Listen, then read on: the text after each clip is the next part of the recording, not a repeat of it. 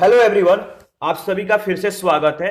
यह इकोनॉमिक्स घटना चक्र है और हम लोग राजकोषीय नीति और राजस्व टॉपिक को डिस्कस कर रहे हैं।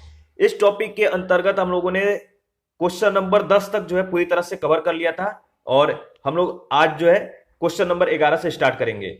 आपको बताना है कि निम्नलिखित जो मदे हैं इन पर विचार करके बताना है कि कौन से मदे जीएसटी से छूट प्राप्त किए हुए हैं। इसमें आपको इस क्वेश्चन में 4 मत दिया गया है। एक है पहला छिलका उतरे हुए अनाज है, मुर्गी के अंडे पकाए हुए, तीसरा है संसाधित और डिब्बाबंद मछली और चौथा विज्ञापन सामग्री युक्त समाचार पत्र। इन चारों में आपको बताना है कि जो जीएसटी से छूट प्राप्त किए हुए हैं कौन कौन से हैं। तो देखिए इसमें जो आपका सही जवाब होगा पहला है, दूसरा है और चौथा है, यानी सी ऑप्शन। जो संसाधित और डिब्बाबंद मछली है इस पे जो देखिए 5% का जीएसटी लगता है, ध्यान में रखना है। आगे बढ़ते हैं। क्वेश्चन नंबर 12 है, किसे जीएसटी के दायरे के अंदर रखा गया है, वो है आपका घी। डी ऑप्शन आपका सही जवाब है। 1 जुलाई 2017 को लागू जीएसटी से कह सकते हैं कि जीएसटी में मानवीय उपभोग के लिए शराब, विद्युत, पेट्रोलियम उत्पाद को जीएसटी के दायरे से बाहर रखा गया है और घी घी को जीएसटी के अंदर रखा गया है। तो ध्यान रखिएगा इस बात को। क्वेश्चन नंबर 13 है, जुलाई 2017 से वस्तु और सेवा कर को लागू करने की जो प्रत्याशा है क्या है। देखिए प्रत्याशा इस रूप में है कि पहला जो आपका दिया गया है कि भारतीय बाजार में एकरूपता आएगी, यह सही है, और दूसरा है कर अनुपालन में सुधार आएगा। तो डी ऑप्शन आपका सही जवाब है, यानी पहला और दूसरा स्टेटमेंट दोनों सही है। जीएसटी पूरे देश के लिए एक अप्रत्यक्ष कर है जो भारत को एकीकृत साझा बाजार बना देगा। यह विनिर्माता से लेकर उपभोक्ता तक वस्तु और सेवाओं की आपूर्ति पर कह सकते हैं एकल कर है। इस कर के लागू होने के जो निम्न लाभ हैं आप देख सकते हैं। व्यापार और उद्योग के लिए जो लाभ है वह पहला लाभ है अनुपालन आसान और पारदर्शी हो जाएगा। कर दरों और संरचनाओं की एकरूपता हो जाएगी। करों पर यानी जो कैस्केडिंग है इनकी समाप्ति हो जाएगी। प्रतिस्पर्धा में सुधार होगा। विनिर्माताओं और निर्यातकों को लाभ आदि मिलेंगे। केंद्र और राज्य सरकार के लिए इसके रूप में कह सकते हैं कि जो लाभ होगा वह सरल और आसान प्रशासन हो जाएगी। कदाचार पर बेहतर नियंत्रण रखा जाएगा। अधिक राजस्व प्राप्त होगा, निपुणता आएगी राजस्व में। और जो उपभोक्ताओं के लिए जीएसटी के रूप में जो लाभ होगा, वस्तु और सेवाओं के मूल्यानुपाती एकल और पारदर्शी कर हो जाएंगे। समग्र कर भार में राहत आएगी। ठीक है। क्वेश्चन नंबर 14 है, जीएसटी में निम्नलिखित में से कौन सा कर शामिल नहीं किया गया है, वो है आपका सीमा शुल्क। ठीक है। देखिए 1 जुलाई 2017 से पूरे देश में जीएसटी प्रभावी हो गया है और इसके अंतर्गत जो शामिल कर लिया गया है केंद्रीय कर के रूप में है केंद्रीय उत्पाद शुल्क, अतिरिक्त उत्पादन शुल्क, सेवा कर, और जो राज्य कर है इनमें जो शामिल है जीएसटी में राज्य की जो करें हैं, पहला है काउंटर वेलिंग ड्यूटी अतिरिक्त सीमा शुल्क जिसे कहते हैं। दूसरा है विशेष अतिरिक्त सीमा शुल्क, अधिक कर और उपकर, इनको भी शामिल किया गया है। वैट यानी बिक्री कर को भी, मनोरंजन कर, स्थानीय निकायों द्वारा लागू करों को छोड़कर। लेकिन ध्यान रखिएगा केंद्रीय बिक्री कर है यानी केंद्र द्वारा आरोपित और राज्य द्वारा संग्रहित, इस प्रकार के कर जीएसटी में अब शामिल हो गए हैं। चुंगी और प्रवेश कर, क्रय कर, विलासिता कर, लॉटरी, सट्टा, जुए पर कर राजस्व कर के अंतर्गत आते हैं और ये जीएसटी के अंतर्गत हो गए हैं। नेक्स्ट क्वेश्चन है, क्वेश्चन नंबर 15 है, आपको बताना है कि भारतीय अर्थव्यवस्था में वस्तु एवं सेवा कर का संग्रहण अक्टूबर 2020 में रहा कितना रुपए से अधिक। 1 लाख करोड़ रुपए से भी अधिक। ए ऑप्शन आपका सही जवाब है।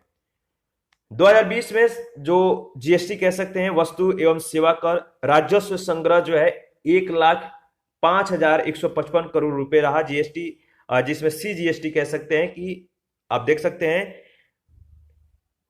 19,193 करोड़ रुपया है और एस जीएसटी आपका 25,411 करोड़ रुपए। आई जीएसटी आप देख सकते हैं कि 52,540 करोड़ रुपया है और उपकर सेस जिसे बोलते हैं 8,011 करोड़ रुपए के आयात पर संग्रहित 932 करोड़ रुपए सहित है। ध्यान रखिएगा अक्टूबर माह में प्राप्त जीएसटी राजस्व विगत वर्ष के इस अवधि के दौरान जो प्राप्त राजस्व था इससे 10% अधिक था।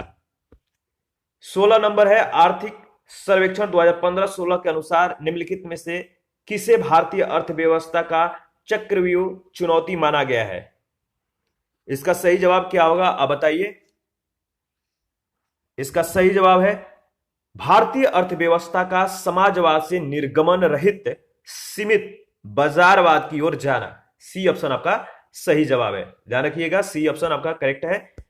और चक्रव्यूह चुनौती का जो भारतीय अर्थव्यवस्था का जो कह सकते हैं कि माना गया है, सी ऑप्शन आपका सही होगा। 2015-16 के आर्थिक सर्वेक्षण में भारतीय अर्थव्यवस्था के समाजवाद से निर्गमन रहित सीमित बाजारवाद की ओर जाने को जो है भारतीय अर्थव्यवस्था की चक्रव्यूह चुनौती माना गया है। वित्त वर्ष 2017-18 के संघ सरकार के बजट की 10 मुख्य विषय वस्तुओं में से निम्नलिखित में से कौन जो है सम्मिलित नहीं है? ए ऑप्शन आपका सही जवाब होगा निर्यात निष्पादन। 2017-18 के केंद्रीय बजट की 10 मुख्य जो विषय वस्तु हैं, पहला है किसान, ग्रामीण आबादी, युवा, गरीबी तथा विशेष सुविधाओं से वंचित वर्ग, अवसंरचना, वित्तीय क्षेत्र, डिजिटल अर्थव्यवस्था, सार्वजनिक सेवा, विवेकपूर्ण राजकोषीय प्रबंधन तथा कर प्रशासन, और जबकि निर्यात निष्पादन जो है इसमें सम्मिलित नहीं है। क्वेश्चन नंबर हमारा नेक्स्ट है 18। भारत में निम्न में से कौन राजकोषीय नीति निर्धारित करता है? सही जवाब है वित्त मंत्रालय।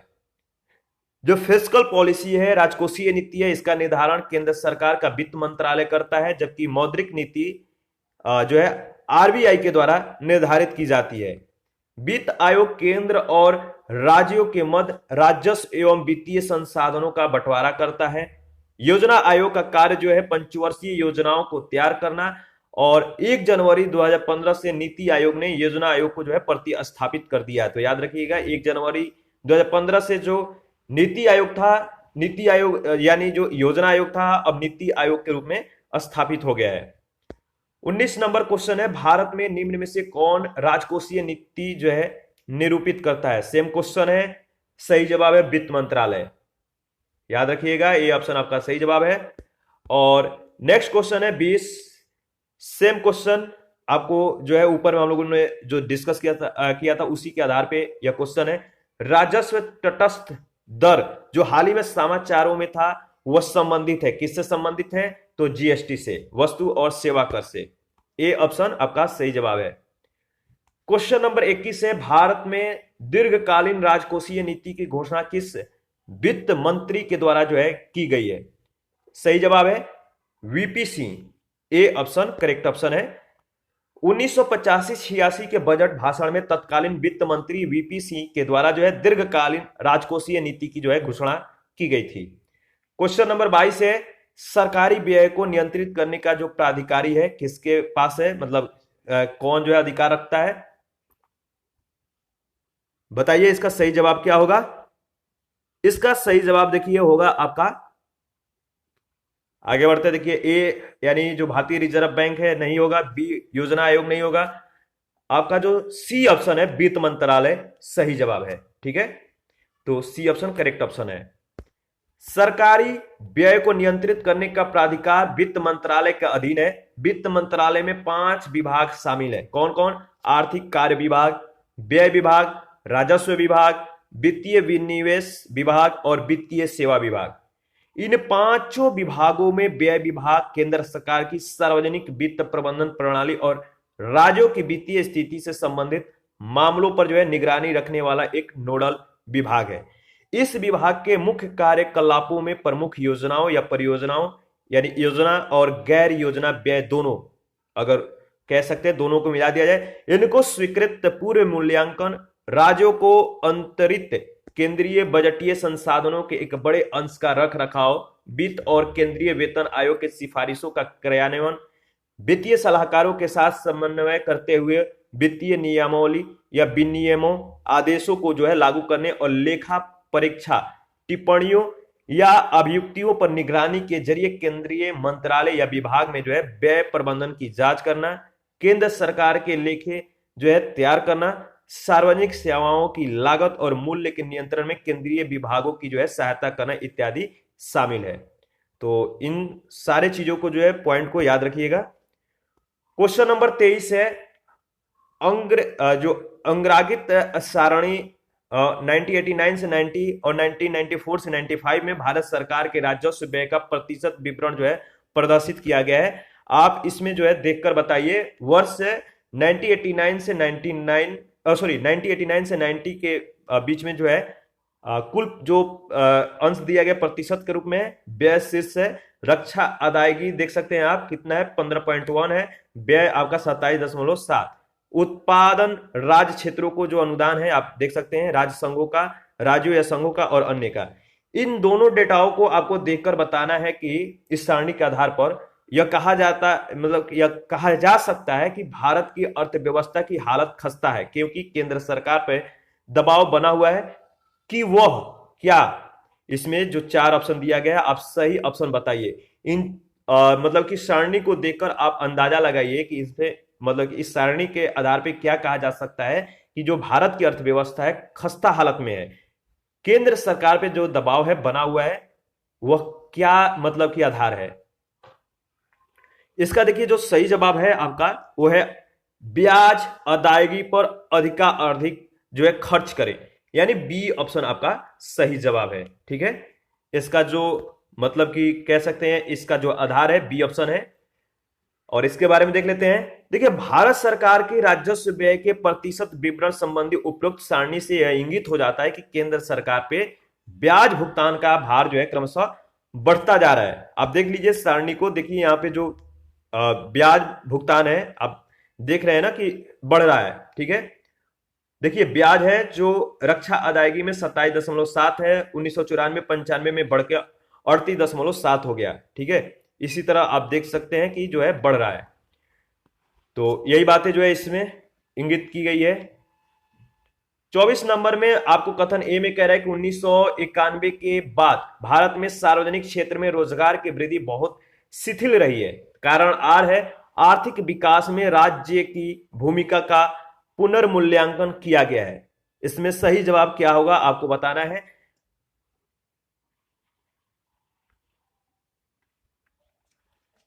इसका सही जवाब देखिए मतलब कि दोनों कथन सही है और आर ए की सही व्याख्या भी करता है। ठीक है, आप कमेंट आप लोग जो है बहुत कम करते हैं, कमेंट किया करिए। अगर बोला जाता है कि इसका सही जवाब बताइए तो वीडियो को पॉज करके पहले कमेंट करिए।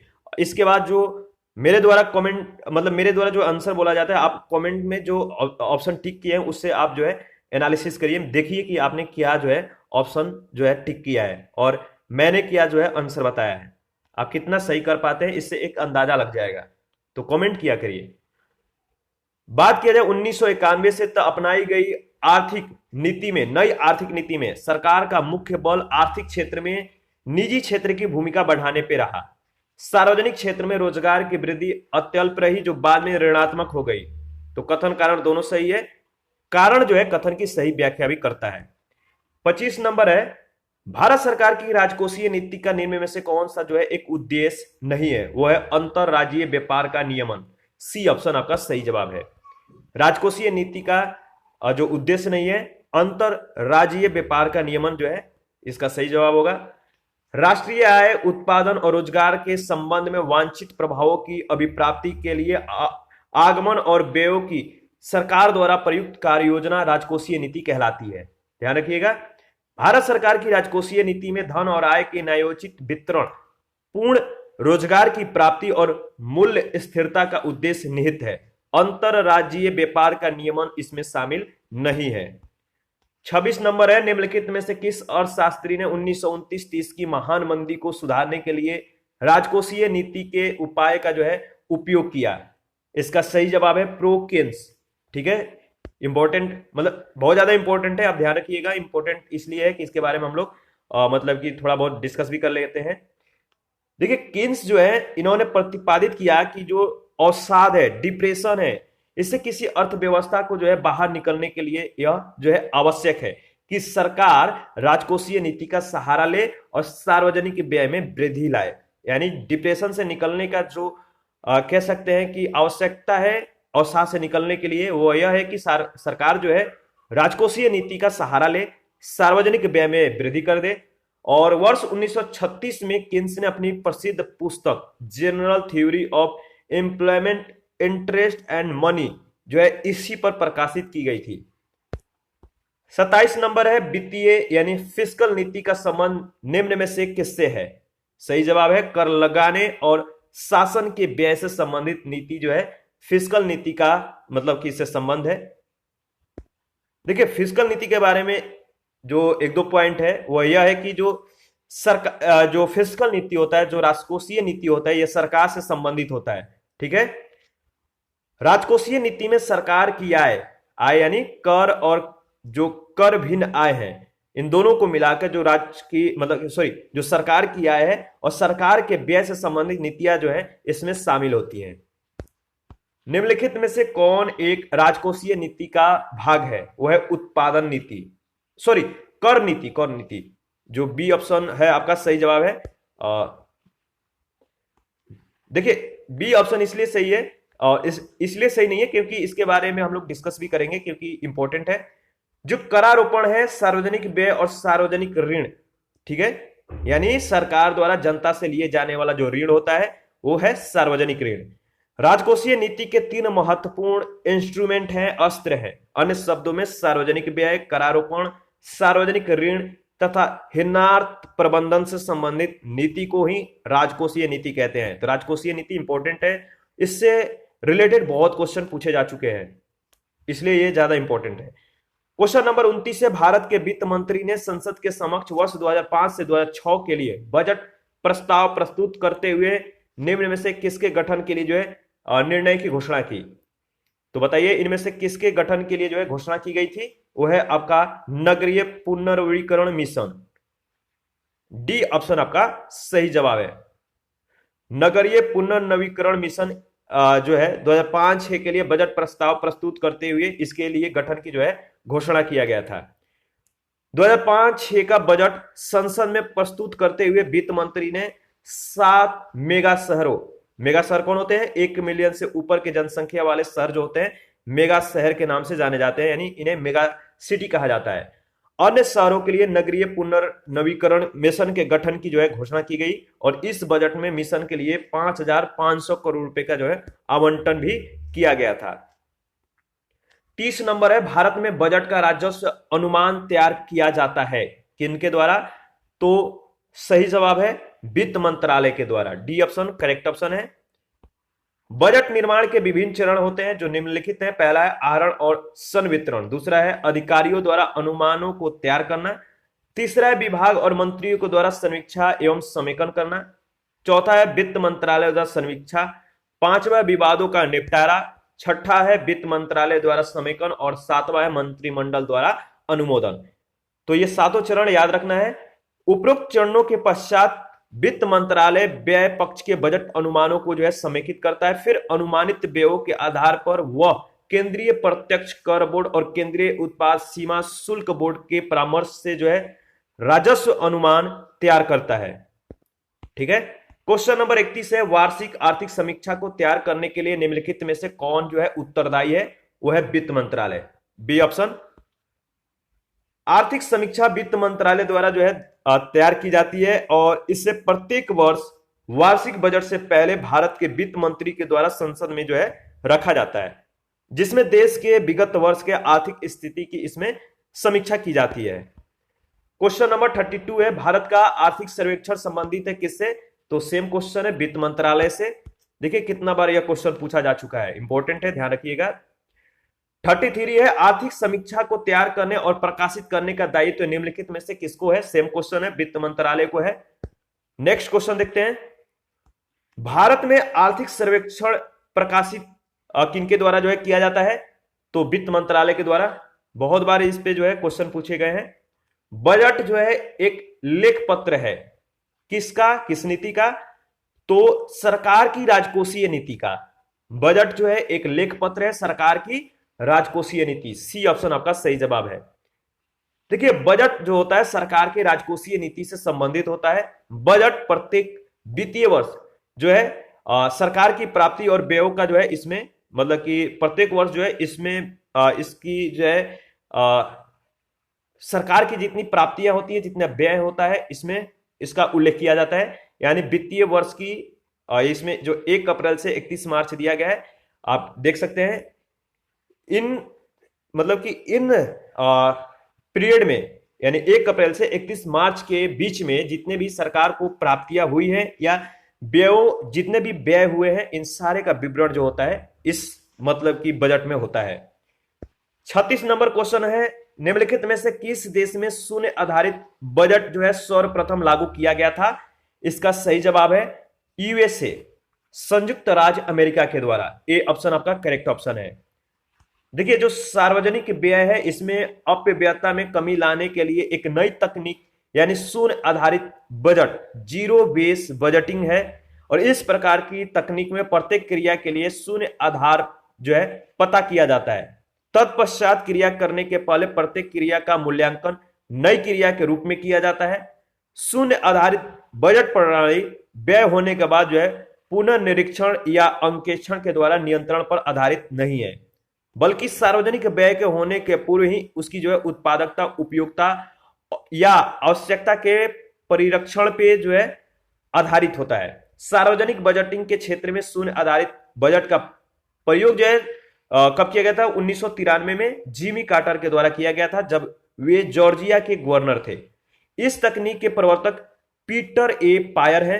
भारत में इस प्रणाली की शुरुआत 1986 में सार्वजनिक बजट के निर्धारण के संबंध में की गई। क्वेश्चन नंबर 37 है, रेलवे बजट 2016-17 के अनुसार कौन सा अनुसंधान संगठन रेलवे के अंतर्गत स्थापित किया जाएगा? सही जवाब है बी ऑप्शन, श्रेष्ठ। 25 फरवरी 2016 को रेल मंत्री सुरेश प्रभु ने रेल बजट प्रस्तुत करने मतलब कह सकते हैं प्रस्तुत करते हुए एक शोध और विकास संगठन special railway establishment for strategic technology and holistic advancement के गठन का जो है प्रस्ताव किया।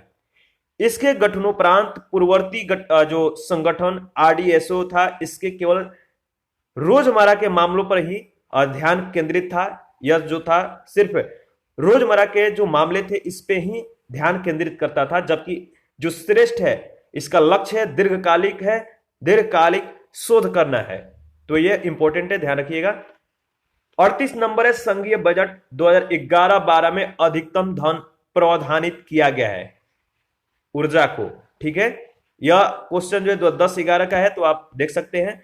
न्यू डेटा इंपॉर्टेंट है, आप यहां पे देख लीजिए जो 2021-22 में जो डेटा दिया गया है और 2020-21 का, ठीक है, और यहाँ पे 2021-20-21 का।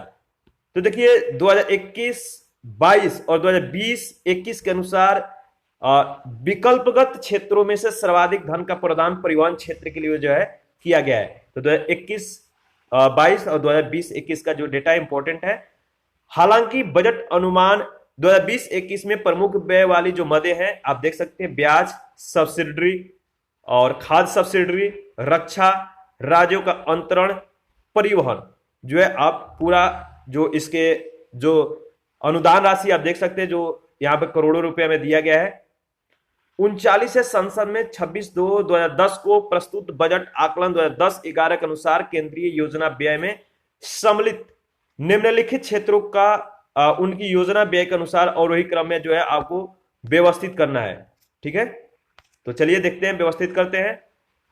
देखिए इसमें जो सही जवाब है आपका पहले स्थान पे जो आएगा, मतलब कि इसमें जो सही होगा वो है आपका सामाजिक सेवाएं, फिर परिवहन आएगा, फिर आपका ऊर्जा, इसके बाद ग्रामीण विकास, यानी 4-3-2-1 डी, सॉरी 2-4 आएगा, 2-4-3-1 2 यानी सॉरी ऊर्जा हम लोगों ने ध्यान नहीं दिया। ऊर्जा जो है सबसे ज्यादा, यानी ऊर्जा, इसके बाद आपका सामाजिक सेवाएं हैं और फिर परिवहन और ग्रामीण विकास, यानी 2-4-3-1 बाय मिस्टेक ध्यान रखना है आपको। यानी कि जो सही जवाब होगा बी ऑप्शन होगा। ठीक है, पहले स्थान पे आएगा ऊर्जा का स्थान, इसके बाद आपका सामाजिक सेवाओं का, फिर आपका जो है परिवहन और ग्रामीण विकास, लास्ट में ग्रामीण विकास। इसके बारे में हम लोग देख लेते हैं। यह जो क्वेश्चन था प्रश्न काल के समय अगर बात करें तो इसका विकल्प बी ऑप्शन सही होगा। ठीक है, 2021-22 में ग्रामीण विकास पे जो है आप देख सकते हैं कि 1,94,633 करोड़ रुपए और ऊर्जा पे जो है 42,824 करोड़ रुपए, यानी सबसे जो है ग्रामीण विकास पे खर्चा किया गया है। इसके बाद परिवहन पे जो है आप देख सकते हैं इसमें जो है परिवहन पे जो है आपका जो है 2,33,083 करोड़ रुपए है, ठीक है। और सामाजिक सेवाएं यानी कल्याण पे जो है 4,08,460 करोड़ रुपए। तो डेटा थोड़ा ध्यान रखिएगा क्योंकि जल्दबाजी में डेटा इधर उधर और मतलब कि इसके आंकड़े को बताने में थोड़ा सा डिस्टरबेंस हो जाता है क्योंकि ज्यादा डेटा होता है, याद होता नहीं है। तो आप लोग एक दो बार जो है डेटा को एनालिसिस करते हुए ही आगे बढ़िएगा। 2018-19 के आधार पे सूची 1 सूची 2 से आपको सुमेलित करना है, ठीक है। और इसमें जो दिया गया एक तरफ क्षेत्र है, दूसरे तरफ आवंटन जो राशि है लाख करोड़ रुपए में दिया गया है। तो इसमें आपको जो है मतलब कि कौन सा जो क्षेत्र है, मतलब उस क्षेत्र में कितनी जो राशि है आवंटित की गई है आपको बताना है, ठीक है। वैसे ये बात करें तो ओल्ड डेटा है, 2017 का क्वेश्चन है।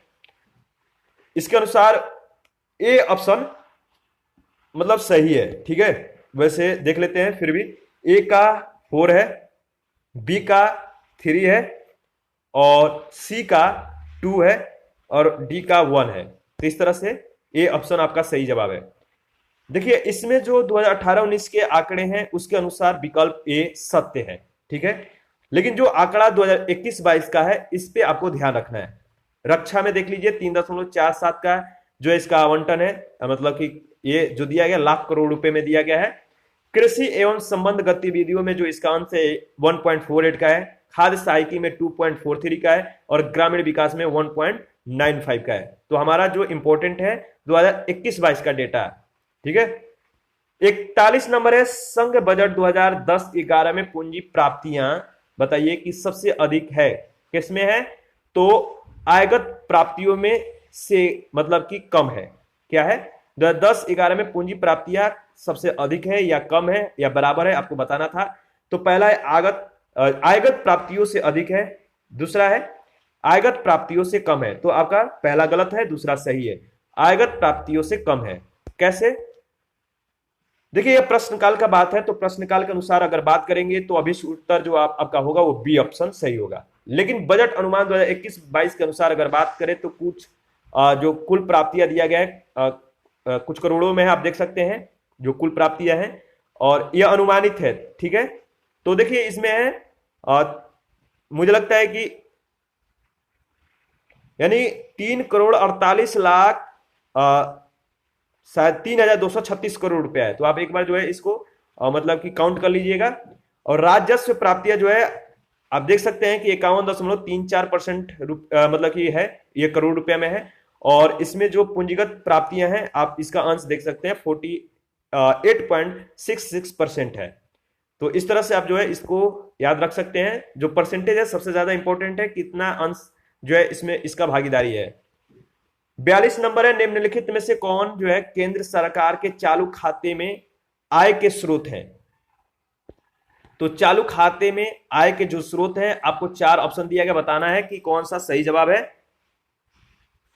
देखिए इसका जो सही जवाब है आपका पहला और दूसरा, ठीक है। निगम कर और सार्वजनिक प्रतिष्ठानों से प्राप्त लाभ या जो चालू खाते के जो है आय के स्रोत है चालू खाते में, तो बी ऑप्शन आपका सही जवाब है, ठीक है।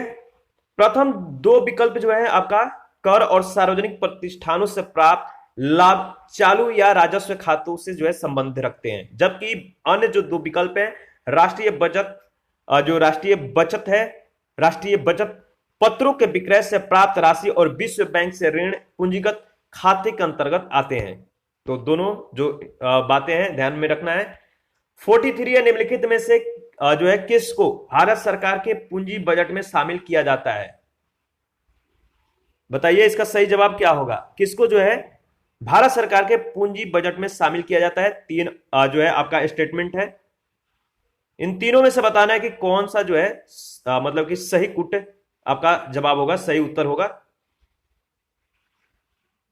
इसका सही जवाब होगा पहला जो है सड़कों, इमारतों, मशीनरी आदि जैसे परिसंपत्तियों के अधिग्रहण पे व्यय, दूसरा है विदेशी सरकारों से प्राप्त ऋण, और तीसरा है राज्यों और संघ राज्य क्षेत्रों को अनुदान, ऋण और अग्रिम।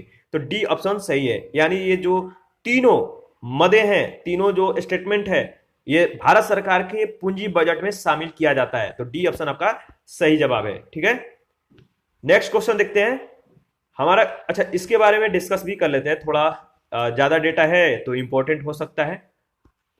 देखिए, पूंजीगत बजट केंद्र सरकार की परिसंपत्तियों के साथ साथ दायित्वों से भी संबंधित जो है राशियों का वह लेखा है, जो पूंजी में होने वाले परिवर्तनों में जो है संबंध रखता है। इसके अंतर्गत सरकार की पूंजीगत प्राप्तियां और पूंजीगत व्यय शामिल होती है। सरकार की वे समस्त प्राप्तियां पूंजीगत और जो है प्राप्तियां होती है, यानी पूंजीगत प्राप्तियां जो होती है, जो दायित्वों का सृजन और वित्तीय परिसंपत्तियों को कम करती है। पूंजीगत प्राप्तियों की मुख्य मदे सार्वजनिक कर्ज, यानी सरकार द्वारा जनता से ऋण ग्रहण, और ट्रेजरी बिल की बिक्री के द्वारा रिजर्व बैंक और व्यावसायिक बैंकों तथा अन्य वित्तीय संस्थाओं के ऋण ग्रहण, विदेशी सरकारों और अंतर्राष्ट्रीय संगठनों से प्राप्त ऋण। ठीक है, यह है सार्वजनिक मतलब कि कर्ज। तो इन रूपों में जो है लिया जाता है। ये सारे जो मदे हैं सार्वजनिक जो कर्ज है, ठीक है, केंद्र सरकार द्वारा प्रदत्त ऋणों की वसूली, लघु बचत योजनाएं, सार्वजनिक उद्यमों के विनिवेश आदि हैं।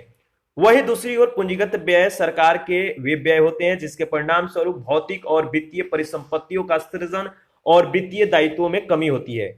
पूंजीगत व्यय के अंतर्गत भूमि अधिग्रहण, भवन निर्माण, मशीनरी, उपकरण, शेयरों में निवेश तथा केंद्र सरकार के द्वारा राज्य सरकारों और संघ शासित प्रदेशों, सार्वजनिक उपक्रमों और अन्य पक्षों को जो है प्रदान किए गए ऋण और अग्रिम संबंधी व्ययों को शामिल किया जाता है। 44 नंबर है, निम्नलिखित में से क्या क्या गैर योजना व्यय के अंतर्गत जो है आते हैं? इसका सही जवाब क्या होगा? इसका सही जवाब है सब्सिडी, ब्याज भुगतान, रक्षा व्यय और आपका पिछली योजनाओं में निर्माण आधारित संरचना का अनुरक्षण व्यय। ये चारों जो है गैर योजना व्यय के जो है अंतर्गत आते हैं। डी ऑप्शन आपका सही जवाब है। देखिए, सब्सिडी, ब्याज भुगतान, रक्षा व्यय, पिछली पंचवर्षीय योजनाओं में पूरी की गई परियोजनाओं का रखरखाव व्यय, शिक्षा, स्वास्थ्य, पेंशन भुगतान, राज्यों को संवैधानिक हस्तांतरण आदि गैर योजना व्यय के अंतर्गत आते हैं। बजट अनुमान 2017-18 से व्यय के योजनागत और गैर योजनागत व्यय को जो है समाप्त कर दिया गया है। रेल बजट को भी आम बजट में जो है शामिल कर लिया गया है। क्वेश्चन नंबर 45 है, संघ के बजट के संदर्भ में निम्नलिखित में से कौन से जो है गैर योजना व्यय के अधीन आता है? आपका सही जवाब है रक्षा व्यय, ब्याज अदायगी, वेतन एवं पेंशन, उपादान, यानी सी ऑप्शन। सेम क्वेश्चन है ऊपर में जो हम लोगों ने डिस्कस किया था। 46 है, भारत में संघीय बजटों में निम्न में से कौन सी जो रकम है सबसे अधिक होती है? इसका सही जवाब क्या होगा? भारत में संघीय बजटों में निम्न में से कौन सी रकम जो है सबसे अधिक है? वो है आपका, बताइए क्या है? इसका सही जवाब है रेवेन्यू व्यय, यानी जो रेवेन्यू होता है, आगम जो व्यय है, यह सबसे ज्यादा मतलब कि अधिक है आपका।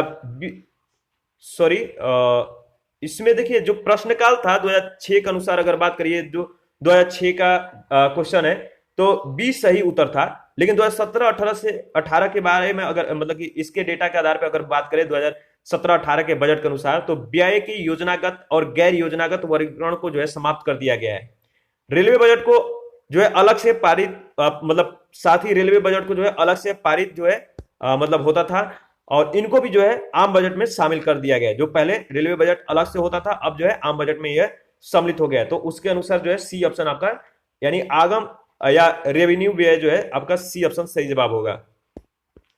47 है, निम्नलिखित में से कौन सा मद केंद्र सरकार के गैर नियोजन व्यय का सर्वाधिक महत्वपूर्ण मद 2015-16 के बजट में है? वह है ब्याज अदायगी। सेम क्वेश्चन है, 2015-16 के बजट में गैर नियोजन व्यय का सबसे बड़ा मद जो है ब्याज अदायगी था। वर्तमान में भी ब्याज अदायगी बजट व्यय का सबसे बड़ा जो है मद है। परंतु अब योजनागत और गैर योजनागत व्यय के वर्गीकरण को जो है समाप्त कर दिया गया। कब से? 2017-18 से। 48 है 2017-18 के संघ बजट में निम्नलिखित में कौन घटित नहीं हुआ? चार आपके जो है यहाँ पे ऑप्शन मतलब कि आपको दिख रहे हैं। आपको बताना है कि 2017-18 के संघ बजट में कौन सा जो है घटित नहीं हुआ था। केंद्र द्वारा संचालित योजनाओं की संख्या में वृद्धि, ये जो है 2017-18 के बजट में घटित नहीं हुआ, यानी बी ऑप्शन आपका सही जवाब है। 2017-18 के बजट में 3 मुख्य जो सुधार किए गए थे। पहला किया गया था बजट की प्रस्तुति की तिथि 1 फरवरी करना, ताकि मंत्रालय वित्त वर्ष के आरंभ में सभी कार्यकलाप परिचालन करने में सक्षम हो सके। जो द्वितीय था रेल बजट का आम बजट में विलय करना, ताकि रेलवे को सरकार की राजकोषीय नीति के केंद्र बिंदु में जो है लाया जा सके। और तृतीय जो व्यय था, तृतीय व्यय यानी व्यय के तृतीय व्यय के आयोजना विभिन्न वर्गीकरण को जो है समाप्त करना, ताकि क्षेत्र और मंत्रालयों के लिए आवंटनों का सर्वांगीण दृष्टिकोण सुसाध हो सके। तो तीनों पॉइंट याद रखिएगा। 49 है निम्न में से कौन जो है केंद्रीय बजट के राजस्व खाते में सम्मिलित नहीं किया जाता है? कौन जो मतलब कि आप देख सकते हैं कि मदे हैं जो केंद्रीय बजट के राजस्व खाते में सम्मिलित नहीं होता है। देखिए इसका सही जवाब होगा, अब बताइए इसका सही जवाब है। देखिए जो आपने अल्प बजट के बारे में जो है सुना होगा। अल्प बजट है जो बजट कहते हैं, अल्प मतलब कि बचतें, ठीक है, सेविंग। ये जो है आपका डी ऑप्शन जो है मतलब कि केंद्रीय बजट के राजस्व खाते में कर प्राप्ति, ब्याज प्राप्ति, सरकारी विभाग और सार्वजनिक उपक्रमों से प्राप्त लाभ तथा लाभांश शामिल होता है। तो आपका जो है जो अल्प बचतें हैं ये जो है इसमें शामिल नहीं होता। किसमें? मतलब कि राजस्व खाते में। 50 नंबर है साल दर साल लगातार घाटे का बजट रहा है। घाटे को कम करने के लिए सरकार के द्वारा निम्नलिखित में से कौन सी कार्रवाइयां जो है की जा सकती है? राजस्व व्यय को जो घटाना, क्या यह इसकी कार्रवाइयां हो सकती है? दूसरा, नवीन कल्याणकारी योजनाओं को प्रारंभ करना। तीसरा है सब्सिडी को युक्ति संगत बनाना। चौथा है आयात शुल्क को कम करना। इसका देखिए जो सही जवाब है इसमें पहला ये हो सकता है कि राजस्व व्यय को जो है घटाया जा सके, और दूसरा है सब्सिडी को युक्ति संगत बनाना, यानी कि पहला और तीसरा ऑप्शन आपका सही है। सी ऑप्शन करेक्ट ऑप्शन है। देखिए बजट घाटे को राजस्व व्यय घटाकर तथा राजस्व प्राप्तियों को बढ़ाकर कम किया जा सकता है। तो राजस्व व्यय घटा दिया जाए और राजस्व प्राप्तियों को जो है बढ़ा दिया जाए तो बजट घाटे कम हो सकते हैं। प्रश्न में दिए गए विकल्प में नवीन कल्याणकारी योजनाएं जो है राजस्व व्यय को बढ़ाएंगी, जबकि आयात शुल्क में कमी राजस्व प्राप्तियों को भी कम कर देगी। ये दोनों विकल्प बजट के घाटे को बढ़ाने वाले सिद्ध हो जाएंगे। दूसरी ओर जो सब्सिडीज है इसको मतलब कि युक्ति संगत बनाकर जो है राजस्व व्यय को घटाया जा सकता है, जिससे बजट घाटे में कमी आएगी। बजट घाटे को कम करने के लिए राजस्व व्यय में कमी और सहायकी की जो है युक्ति संगत बनाना होगा। 51 है निम्न में से कौन सा एक संघीय बजट 2017-18 के अभिष्ट उद्देश्यों में सम्मिलित नहीं था? वह है भारत को शिक्षित करना। C option. 2017 जो 1 फरवरी 2017 है, इसके तत्कालीन वित्त मंत्री उस समय जो थे अरुण जेटली, इन्होंने केंद्रीय बजट जो है प्रस्तुत किया था और अपने बजट भाषण में उन्होंने कहा हमें पता है कि हमें अपने लोगों के लिए और अधिक जो है कर मतलब कि हमें अपने लोगों के लिए और अधिक करने की जरूरत है। हमारा एजेंडा भारत को बदलने, ऊर्जा देने, स्वच्छ करने के लिए है, जो टेक इंडिया यानी इंडियन मतलब टेक इंडिया का मतलब ट्रांसफॉर्म, ठीक है, एनर्जी और क्लीन इंडिया है। तो टीईसी इन्होंने जो है टेक इंडिया का जो है इन्होंने यहां पे बात कही थी, ध्यान में रखिएगा। 52 है समयावधि 2008-10 के मध्य में निम्नलिखित में से कौन सा एक मद केंद्र सरकार के चालू खाते में व्यय का सबसे बड़ा मद रहा है? वह है आपका ब्याज भुगतान। B option. 2008-10 के मध्य केंद्र सरकार के राजस्व या चालू खाते में व्यय का सबसे प्रमुख मद ब्याज अदायगियां थी। इसके पश्चात जो था क्रमशः सहायकियां, रक्षा व्यय का स्थान आता है। वर्तमान यानी 2021-22 के बजट में जो ब्याज अदायगी है सबसे बड़ी मद है, यानी 20% है व्यय की। तो अभी के लिए भी जो है यही जो पॉइंट है इंपॉर्टेंट है। केंद्र सरकार के बजट के चालू खाते में व्यय का सबसे बड़ा मद कौन सा है? तो केंद्र सरकार के बजट के चालू खाते में व्यय का सबसे बड़ा मद आपका सही जवाब है ब्याज भुगतान। सेम क्वेश्चन है। और 54 नंबर है, संघ सरकार की राजस्व व्यय का सबसे महत्वपूर्ण मद निम्नलिखित में से कौन है? वह है ब्याज अदायगी, डी ऑप्शन। संघ सरकार की राजस्व व्यय का सबसे महत्वपूर्ण मद ब्याज अदायगी है। 2021-22 के बजट अनुमान में ब्याज भुगतान जीडीपी का लगभग 3.63% अनुमानित किया गया। 2021-22 में ब्याज भुगतान के लिए जो है आप देख सकते हैं कितना करोड़ रुपए अनुमानित है। और 2020-21 के बजट के अनुसार जो है आप देख सकते हैं लगभग 14.33%, जबकि उसी वर्ष के संशोधित अनुमान से लगभग 16.86% जो है अधिक है। और 55 नंबर क्वेश्चन है, केंद्रीय बजट में राजस्व व्यय की सबसे बड़ी मद होती है, बताइए। तो ब्याज की अदायगी। सेम क्वेश्चन है, सी ऑप्शन आपका सही जवाब है। नेक्स्ट क्वेश्चन है, इसके बारे में हम लोगों ने डिस्कस कर लिया है, तो आगे बढ़ते हैं। 56 है, ब्याज भुगतान एक जो है आइटम है किसका? तो राजस्व व्यय का। ए ऑप्शन आपका करेक्ट मतलब कि ऑप्शन है। 57 है, निम्नलिखित में से आयगत लेखों पर संघ सरकार के व्यय का सर्वप्रमुख मद कौन सा है? वह है आपका ब्याज भुगतान, बी ऑप्शन। 58, हाल के वर्षों में संघीय सरकार की बजट व्यय में मतलब बजट में व्यय का सबसे बड़ा जो मद रहा है किसका रहा है? तो ब्याज की अदायगी, यानी बी ऑप्शन।